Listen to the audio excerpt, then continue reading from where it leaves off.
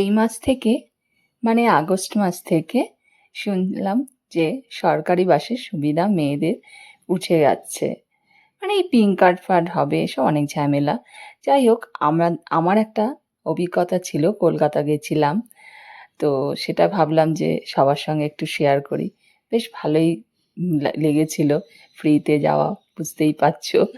আমি আর আমার মেয়ে ফ্রিতেই চলে গেছিলাম।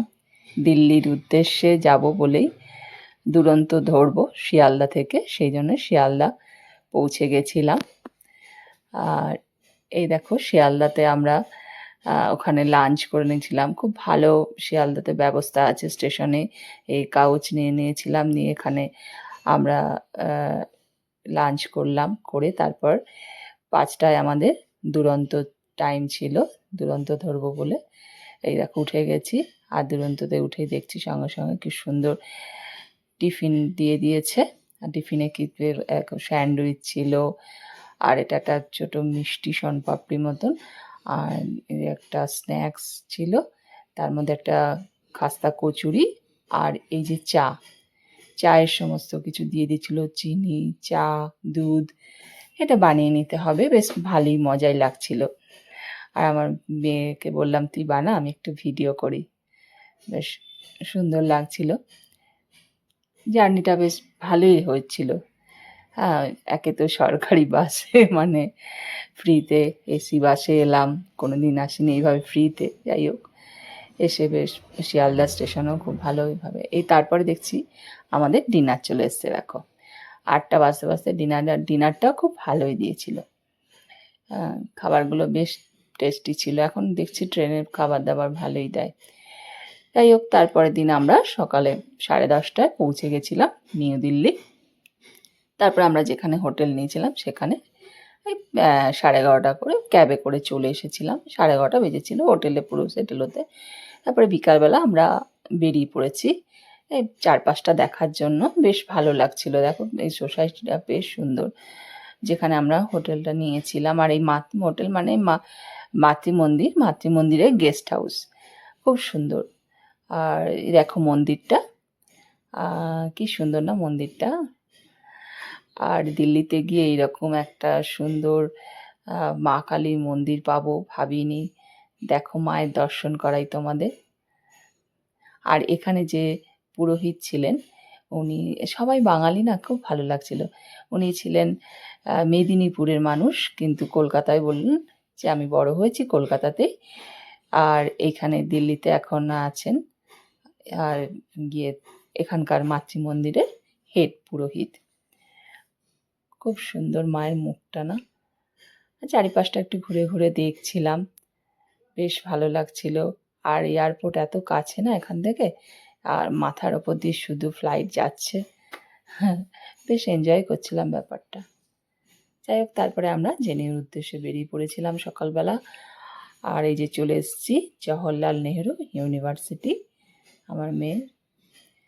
তো মেয়েকে বললাম একটু দাঁড়া, একটু ফটো তুলি। বেশ ভালো লাগছে, দেখো কি সুন্দর না, খুব ভালো লেগেছিল। চারপাশটা ঘুরে ঘুরে একটু দেখছিলাম, এত সুন্দর ব্যবস্থা।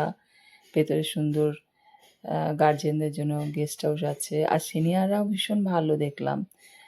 অনেক কিছু শুনেছি, কিন্তু বেশ ভালোই লাগলো আমাদের, অনেক হেল্প করলো। তারপরের দিন আমরা বেরিয়ে পড়েছিলাম দিল্লি ভ্রমণে। মেয়ে যদিও যেতে পারেনি, কারণ মেয়ের একটু অসুস্থ হয়ে গেছিলো, একটু ঠান্ডা লেগেছিল।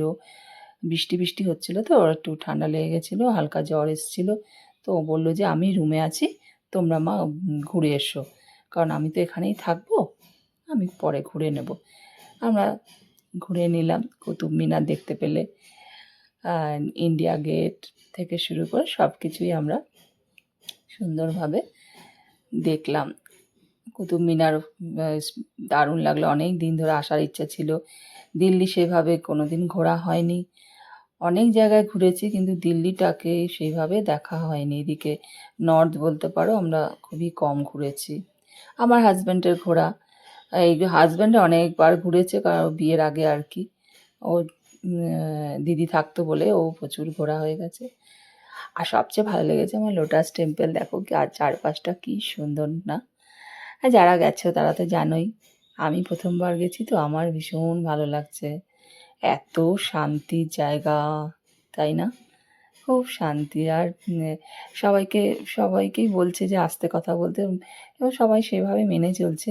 কথা খুব কমই বলছেন। আর চারপাশটা আরও শান্ত লাগছে। আর মানে অদ্ভুত একটা হাওয়া, এত সুন্দর চারপাশটা খোলামেলা, তো কি হাওয়া দিচ্ছে। তারপরে আমরা এই ভেতরটা গেলাম। ভেতরে ওখান থেকে বলে দিল যে একদম কেউ কথা বলবেন না, চুপচাপ গিয়ে বসবেন।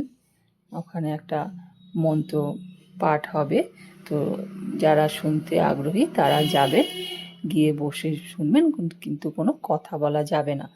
বাচ্চাদেরও একটু সামলে রাখবেন আর কি, যারা ছোট বাচ্চা, ওরা তো ধরুন বোঝে না, কিছু করার নেই, ওরা তো একটু আধটু চেঁচামেচি করবেই, সেটা আর মা বাবা কি আটকে রাখতে পারে। আর ওদের বলার কথা ওরা বলল। আমাদের বেশ ভালোই লাগলো, কি সুন্দর জায়গাটা, এত ভালো লাগছিল, বারবারই বলছি, আমার সত্যিই ভালো লেগেছে। আমি আর আমার বর দুজনে মিলেই ভিডিও করছি। এই যে সিকিউরিটি ওখানকার বলে দিচ্ছিল বারবার যে কথা বেশি বলবেন না। সেখানে এই জুতো রাখার ব্যবস্থা রয়েছে, জুতোটাকে খুলে নিজেদেরই ব্যাগে করে ভরে রাখতে হবে। আবার আসার সময় ওখান থেকে নিয়ে এসে পরে আমরা ঘুরবো। দেখুন চারপাশটা কি অপূর্ব না। তারপর আশপাশে আরও কিছু দেখলাম, এই হুমায়ুন টুমচে দেখলাম, সবই দেখলাম। তারপরের দিন আমরা চলে এলাম এই যে রাজধানীতে, স্টেশনে দাঁড়িয়ে অপেক্ষা করছিলাম, রাজধানী চলে এলাম।